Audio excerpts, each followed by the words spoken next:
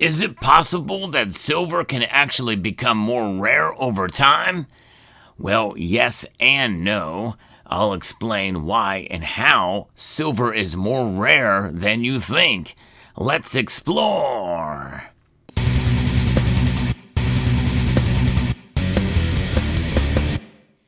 This is a very nuanced subject, but what it all boils down to is that, in all reality, silver is more rare now than it has been in the past 10 years. Well, there's a couple different reasons for that, mostly because silver is consumed. But nonetheless, what is available silver out there? And we're going to go through some of those figures and talk a little bit about what this means, and because there's a lot of different factors that can play a role in this. But before we get there, I want to remind you, channel sponsor Summit Metal is a great company that has excellent customer service, a widening selection of products to choose from, and you yourself can actually buy silver from them and have more than the allotted amount that even a billionaire would ever have. I'll explain that later too, but check out their link in the description below. And I think it's fascinating from a topic that was started by Silver Ape King over on the X platform. He asked the question, what happens when millionaires and billionaires start buying silver and tell their millions of followers to do the same? Well, not every millionaire or billionaire has millions of followers, but a lot of them do have plenty of followers, and there's certainly enough of them out there that it would definitely cause a catastrophic a dent in the silver supply. There's a lot of silver out there. There's no question about that. In fact, they say that there's about 1 billion ounces that are truly available in terms of stocks, investment grade bullion stocks, and is one area that you can look at, but also about recyclable silver as well too. A lot of silver is consumed, but it does not mean that it disappears. A lot of people don't understand that. Obviously, I learned that firsthand trying to, quote, recycle silver from a solar panel. I'll give you a hint. I was not very successful. No question about that. It's not easy to do on your own. And there are ways to be able to do that. And there's certain people, and even in this community, you probably have heard of Street Tips, and then there's the Tony Erickson who processes precious metals and does very well at it. You know, it's an amazing thing, and it can be done in a home lab. You must be very careful when doing it, but nonetheless, it can and has and will be recycled. And the problem is there's a lot of those applications. The price has not gone up as high enough to make it economically viable to do so, but that does not mean that silver is not recoverable in almost every circumstance, by the way. And I always liken it to somebody launching a Tomahawk cruise missile, which even, given the most extreme examples, there's about 500 ounces of silver there. I don't believe that, by the way, but some people are saying that. But they say that silver will just vaporize. Well, silver doesn't vaporize. I don't care even if it's attached to a nuclear warhead. It just dissipates.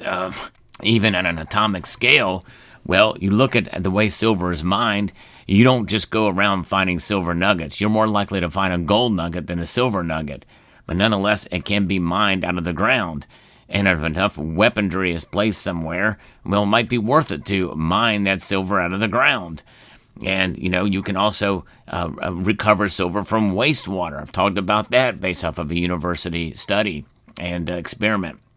But nonetheless, this display that you see before you here is important to understand the rarity of silver, because this reflects the amount of silver that a billionaire or millionaire would have if they divvied it up among the available silver that's out there. Because in answer to this, Honza Cerny posts that if all the world's millionaires and billionaires share the available silver equally, there's about 58 million billionaires out there, according to some of the latest figures, and just over 3,000 billionaires. And by the way, a millionaire nowadays is not the same as a millionaire even 10 years ago. Why? Because of inflation. I mean, in fact, honestly, if you had $1 million worth of assets, you're probably middle class, but you would be considered a millionaire, upper middle class. I mean, it's crazy, but that's kind of the world we live in these days. and with inflation taking a dent out of our wealth. And that's why we hold silver, by the way, to protect ourselves, because you cannot print silver, as is the case with what I'm about to share you, how rare it is out there. About 1 billion ounces, when you look at to all of the available silver, online or above ground, rather, that really does put it into perspective. So when you do the math on it, that means that there is about 17 ounces per person, just less than a half a kilo. So think about that. That's 17 ounces, 10-ounce bar in 7 rounds. 1, 2, 3, 4, 5, 6, 7. Wanted to make sure I had my math right on that. That's it for every millionaire and billionaire out there. Likely, almost all of you probably have more silver than that. And that means you're doing very well. You've got a good chunk of the pie, and you may not be a millionaire. Or you might be slightly a millionaire, and you've got that. You got more than silver than that. David Bateman bought, I think, almost 1 million ounces of silver in 2 different purchases, and he's got followers. People have been following him, and I think if just 10 more people with his income level were to do the same, I think that would put quite a dent indeed to the silver market, and I think that his action alone may have helped contribute to silver's price rising. And from what I heard, he's not sold any of that yet. It's pretty amazing. Yes, indeed it is. And so looking at that and finding out exactly what is going on with silver's rarity around the world, and why is it less? Why would silver become more rare over time? Well, because demand has increased for silver dramatically. And it is now in a very big, deeper, widening deficit, according to most sources. And the term available silver, we can be interpreted in a couple different ways. Above ground stock, recoverable silver, including jewelry, industrial uses, and bullion. Investable bullion, like coins and bars held for investment. Of course, I don't really like to use that term, but that's what the industry calls it. But based off of the estimates for 2025, the global population is now about 8.2 billion people. 8.2 billion people.